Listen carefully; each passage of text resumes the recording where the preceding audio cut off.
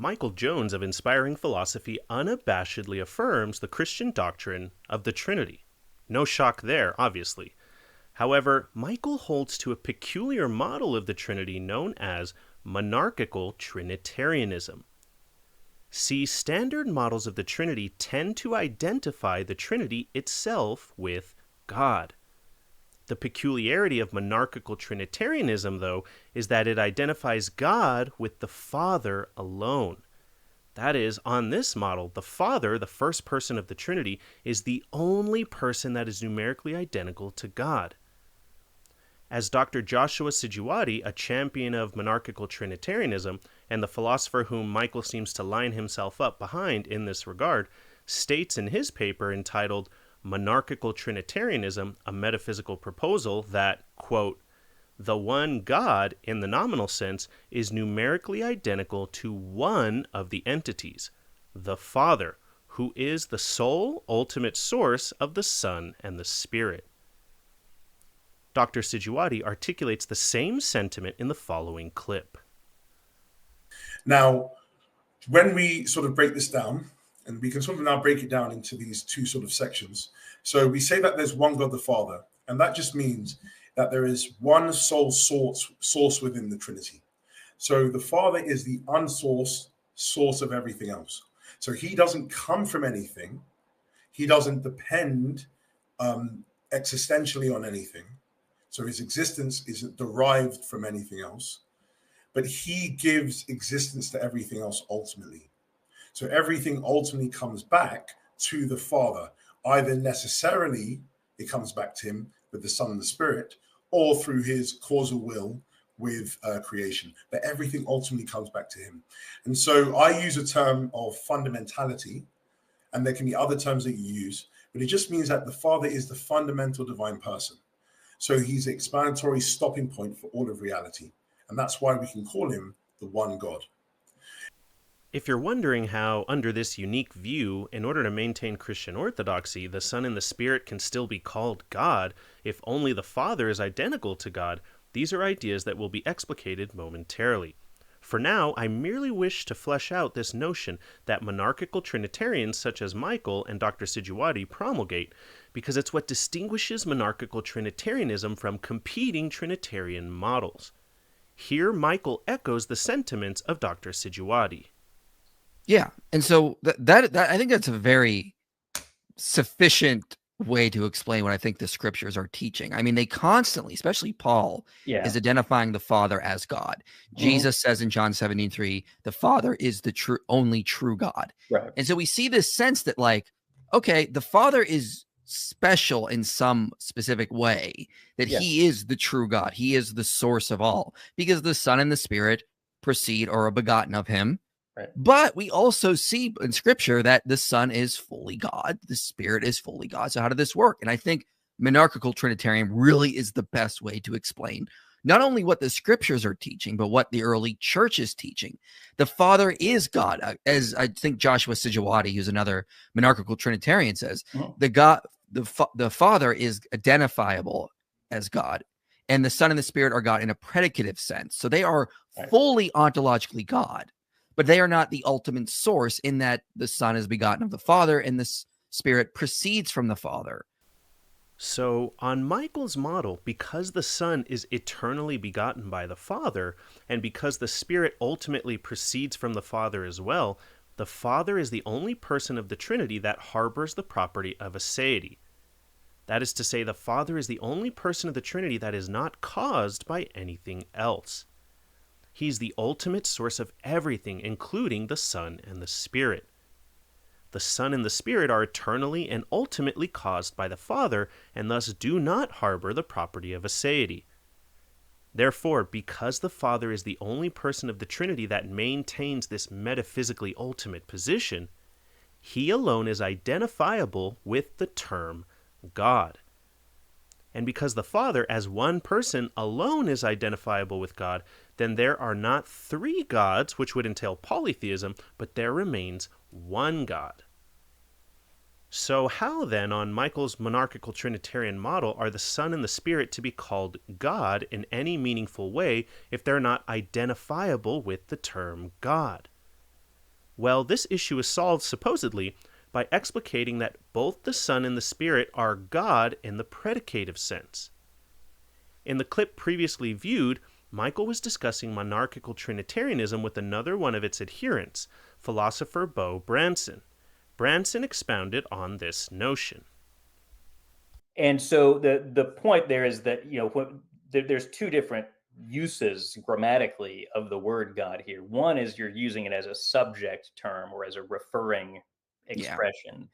In the other sense, you're using it as a predicate, meaning something like is divine or whatever. And there's no contradiction in saying that, when it's used as a subject, it's referring to the Father. When it's used as a predicate, it's a description of a thing's nature. And so it could apply to the Father, Son, or Holy Spirit. It's crucial that we comprehend exactly what Branson just elucidated because, number one, it's a necessary distinction for understanding this monarchical Trinitarian view. But number two, it's precisely, as we'll see momentarily, the very notion that will end up rendering this Trinitarian model logically incoherent and untenable. So, to unpack Branson's initial distinction between subject and predicate, take the statement, John is male. This statement has a subject, which is what the statement is about, namely John, and the statement also has a predicate, which is a property or action of the subject, and in this case, the predicate is the property of being male. So, in this simple example, the property of being male is predicated of the subject, John. Now, how does this tie into the Trinity? Well, on Branson's view, and on Michael's view as well, God can be used both as the subject of a proposition and as the predicate of a proposition. So, for example, we can say God is loving, and we can also say the Son is God. However, these two usages of God are not the same. The first proposition uses God as a subject, and the second proposition uses God as a predicate. According to the monarchical Trinitarian view, the first proposition, which uses God as a subject, can only be using this term to numerically identify God with the Father alone. This entails that any time we say God is X or God does X, we are speaking of God the Father and not of the Son or the Spirit. So again, the first proposition is making an identity statement with regards to God, and this only applies to the Father. However, the second proposition, the Son is God, is not making a statement of identity, rather it's predicating a divine nature of the Son. So it's not identifying the Son with God, it's only elucidating that the Son has a divine nature. And since each person of the Trinity has a divine nature, we can substitute any member of the Godhead in as the subject in the second proposition. Thus, we can say the Father is God, the Son is God, and the Spirit is God, which means that all persons of the Trinity instantiate the divine essence, but we can only say God is the Father and cannot substitute any of the other persons of the Trinity in for the Father in that proposition. Now, if you're perplexed by all of this, you should be, because this is where the semantics and logical consistency of this model begin to fall apart.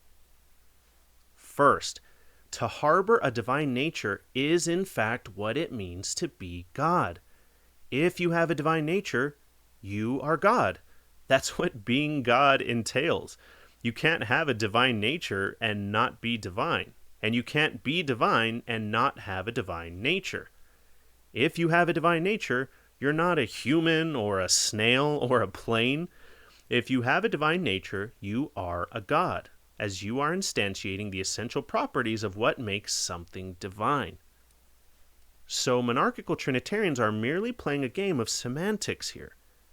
Michael and company think that by labeling all the persons of the Trinity as God in a predicative sense and only explicitly identifying one of these persons with the title God, they have somehow avoided the issue of having three gods.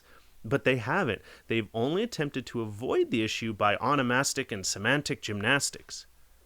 Now, in case the irrational maneuver that's being employed by Michael and the like is not clear, consider a simple analogy. Suppose you have three cats, Morris, Huck, and Claire. Based on this state of affairs, we can formulate the following propositions. Morris is a cat, Huck is a cat, and Claire is a cat. These propositions entail that each of these individual beings instantiates the nature of a cat. So clearly we have 3 cats here. Now imagine you just decided arbitrarily to identify only one of these cats with the term cat. Let's say that's Morris. Morris is the only one who can be numerically identified with this term cat. So when a friend comes to your house and says, "The cat is on the mat," they can only possibly be referring to Morris because, again, he's the only one who's numerically identifiable with the term cat. And when your friend sees Claire trot by and he remarks, "That cat sure is beautiful," you chuckle and say, "I think you're mistaken. Claire is not identifiable with the cat. No, she's only a cat in the predicative sense." And when another friend asks you at work how many cats you have, you answer that you only have one, Morris, because again, the other 2 are only cats in the predicative sense. Obviously, this is nonsensical ontologically. Since Morris, Huck, and Claire each instantiate a cat nature, this ontologically entails that they are cats, which semantically entails that the term cat can also be used as a subject for each one. This further entails that no matter the onomastic gymnastics you tried to pull, there are 3 cats, not 1. Hopefully the analogy is clear. Merely labeling and numerically identifying one person of the Trinity, i.e. the Father, with God does not work. If you have 3 persons who each instantiate a divine nature, then you have 3 gods. So even monarchical Trinitarianism has not avoided the well-known logical problem of the Trinity. Now, with that defeater against Michael's model of the Trinity elucidated, we can go further still. For even if we brush this glaring issue aside, there are still more logically insurmountable issues that present themselves.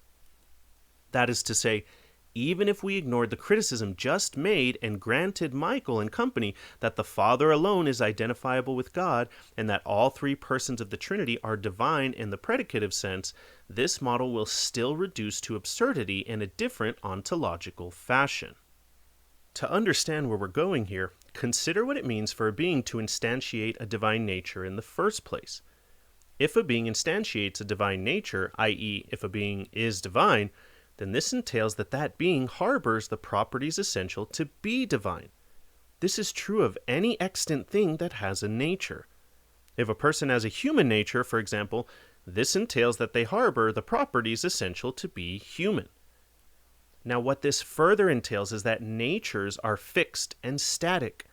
If a nature just is the set of essential properties that make something what it is, then if that set of essential properties is altered, you no longer have the same set, and thus you no longer have the same nature, but an altogether different nature. Now, how does this tie into Michael's model of monarchical Trinitarianism? Well, for the following reasons. If all persons of the Trinity, the Father, the Son, and the Spirit, are God in the predicative sense, i.e., if they all possess the divine nature, then they each harbor the exact same set of essential properties. For example, the essential divine properties of omnipotence, omniscience, and omnibenevolence, etc. For if one of the persons of the Trinity harbors a different set of essential properties, then they possess a completely different nature, and would thus not possess the same nature of the other 2 persons of the Trinity. As a quick aside, there's a difference between essential properties and accidental properties. Essential properties are those that determine a thing's nature, and accidental properties do not. 2 beings can possess the same set of essential properties, and thus have the same nature, and yet have different accidental properties, i.e., properties that don't affect one's nature. To quickly return to Morris, Huck, and Claire, they all share the same nature of a cat, and thus share the same essential properties, and yet they're not all completely the same. They're different colors, sizes, weights, and have different temperaments and dispositions, and that's because they have different accidental properties. So Morris, Huck, and Clare share the same set of essential properties, but do not share the same set of accidental properties. Now, because we're at present concerned with natures, specifically divine natures, we are primarily concerned with essential properties, not accidental properties. So, back to the point. Different sets of essential properties entail a different nature. Same sets of essential properties entail the same nature. The crucial question then becomes, do the persons of the Trinity harbor the same set of essential properties and thus the same nature, or do they harbor different sets of essential properties and thus they possess different natures and cannot all be divine? Well, let's refer back to how Michael articulates a crucial premise of monarchical Trinitarianism. Yeah. And so that I think that's a very sufficient way to explain what I think the scriptures are teaching. I mean, they constantly, especially Paul, Yeah. is identifying the Father as God. Jesus says in John 17:3, the Father is the only true God. Right. And so we see this sense that, like, okay, the Father is special in some specific way, that Yeah. he is the true God. He is the source of all, because the Son and the Spirit proceed or are begotten of him. Right. But we also see in scripture that the Son is fully God, the Spirit is fully God. So how did this work? And I think monarchical Trinitarian really is the best way to explain not only what the scriptures are teaching, but what the early church is teaching. The Father is God, as I think Joshua Sijawati, who's another monarchical Trinitarian, says. The Father is identifiable as God, and the Son and the Spirit are God in a predicative sense. So they are fully ontologically God.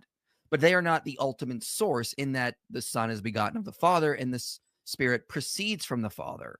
So they're not asse in this sense. So those who don't know, aseity is the idea that essentially you're not caused by anything. When we know that the Son is begotten of the Father, so the Son is not asse, the Spirit proceeds from the Father. The Spirit is not asse, only the Father is asse as the ultimate source. Therefore, he is the true God. He is the God of the Son and our God. So, according to monarchical Trinitarianism, the Father is the only person of the Trinity that harbors the property of aseity. That is to say, the Father is the only person that is self-subsistent and self-existent. Since the Son and Spirit ultimately proceed from the Father eternally, they are not self-subsistent and self-existent, and thus do not harbor the property of aseity. The incredibly relevant question then is aseity an essential property of the Father? Let's examine this. Can the Father logically fail to possess the property of aseity? I don't see how, since this would entail that he does not exist in and from himself, which would entail that he would exist only through the being of another. Thus the Father has to possess the property of aseity, otherwise he wouldn't be God in the first place. But this means that the Father doesn't have this property accidentally, i.e., he doesn't just happen to be self-existent, rather he necessarily is so. And this entails that aseity is an essential property of the Father. However, what this further entails is devastating for Michael's monarchical Trinitarian model. For although the Father harbors the property of aseity essentially, the other persons of the Trinity don't harbor this property at all.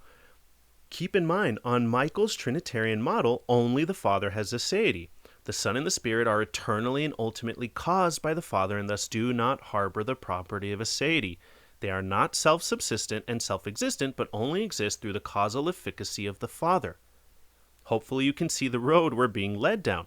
If the Father harbors an essential property that the Son and the Spirit do not, then the Father does not share the same set of essential properties with the Son and the Spirit. And if they do not share the same set of essential properties, then they do not each possess the same divine nature. And this further entails that, contrary to Michael, each person is not fully ontologically God. So we have a dilemma here for the monarchical Trinitarian. Either aseity is an essential property of the divine nature, in which case only the Father is divine, or aseity is not an essential property of the divine nature, in which case only the Son and Spirit are divine, and the Father is something else completely. No matter which horn of the dilemma the monarchical Trinitarian takes, they end up with at least one person of the Trinity not possessing the same nature as the other two. It's also important to note that aseity is not the only essential property that can throw a wrench into the ontological works here. Assuming the truth of the monarchical Trinitarian model, we also have the essential property that the Father is identical with God, which the Son and Spirit do not harbor. We also have the essential property of being the only begotten Son, which the Son possesses but the Father and Spirit do not. And we also have the essential property of eternally begetting the Son, which is an essential property that only the Father harbors. And yet there are still more essential properties that can be postulated, but I think the point has been sufficiently articulated. All three persons of the Trinity simply cannot possess the exact same set of essential properties, which entails that they cannot all possess the same nature. And this further entails that they cannot all be fully God. Now, Michael is a well-known Christian apologist and has been for quite some time, so he's no stranger to having his worldview challenged. And this includes having his model of the Trinity challenged. Michael has many times defended the coherency of his model of the Trinity, so he appears to believe that his model is indeed logically coherent and can be rationally defended. And yet, there's one debate in which Michael participated in regarding the Trinity where he appeared to intellectually betray himself. Do you reject the transitivity of identity? I am not a classical logician, if that's what you mean. I do not agree that the classical laws of logic are necessary.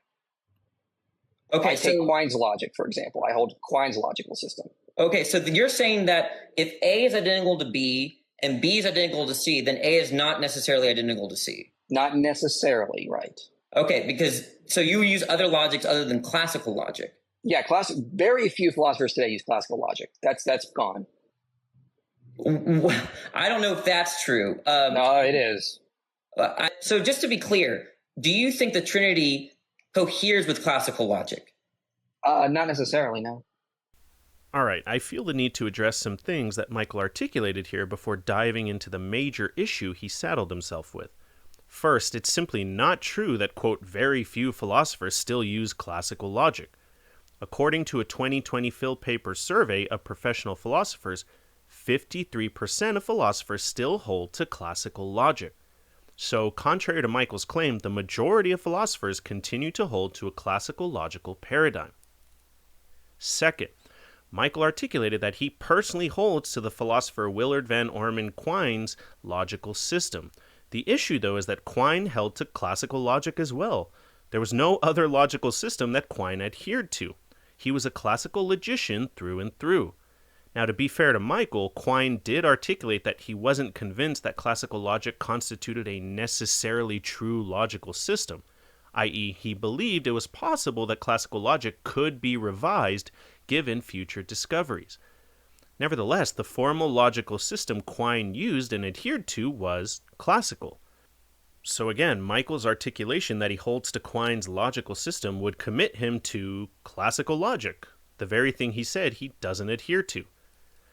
Now, obviously, we're missing the forest for the trees, so what's the major issue regarding what Michael articulated in reference to his Trinitarian model? Well, it's this. Once Michael admits that the Trinity does not necessarily cohere with classical logic, then he's just relegated his model to conceptual irrelevance. For if the standard rules of classical logic don't apply when it comes to determining whether or not Michael's Trinitarian model is logically coherent, then his model is unfalsifiable. Think about it. How can one even know whether it's logically possible? They can't. If one were to demonstrate that his model is logically incoherent, as I believe I've done in this video, this is no shortcoming for Michael because he can turn around and claim, as he just did in the previous clip, that his model doesn't need to play by the rules of logical coherency. This is just an example of heads I win, tails you lose. If Michael demonstrates that his monarchical Trinitarian model coheres logically, then heads, he wins. But if one demonstrates that his model is actually logically contradictory and incoherent, well, that's okay, because Michael is not using a classical logical system in the first place, so tails, you lose. How can one possibly falsify this position in theory? They can't, and therefore I maintain that Michael's Trinitarian model, predicated on his acceptance of a non-classical logic, is vacuous. What we've seen, then, is that the monarchical Trinitarian model promulgated by Michael Jones and company is not metaphysically viable. This model doesn't escape the well-known logical problem of the Trinity because it does indeed entail the existence of three gods, which contradicts Christian monotheism. And even ignoring this glaring issue, the model leads to an internal contradiction wherein not all persons of the Trinity can be fully God in an ontological sense. And on top of all this, Michael's ultimate retreat to non-classical logic to salvage what's left of his model only renders it unfalsifiable, undermining its rational defensibility. It seems to me then that it's back to the theological drawing board for Michael Jones and company. Thanks for watching.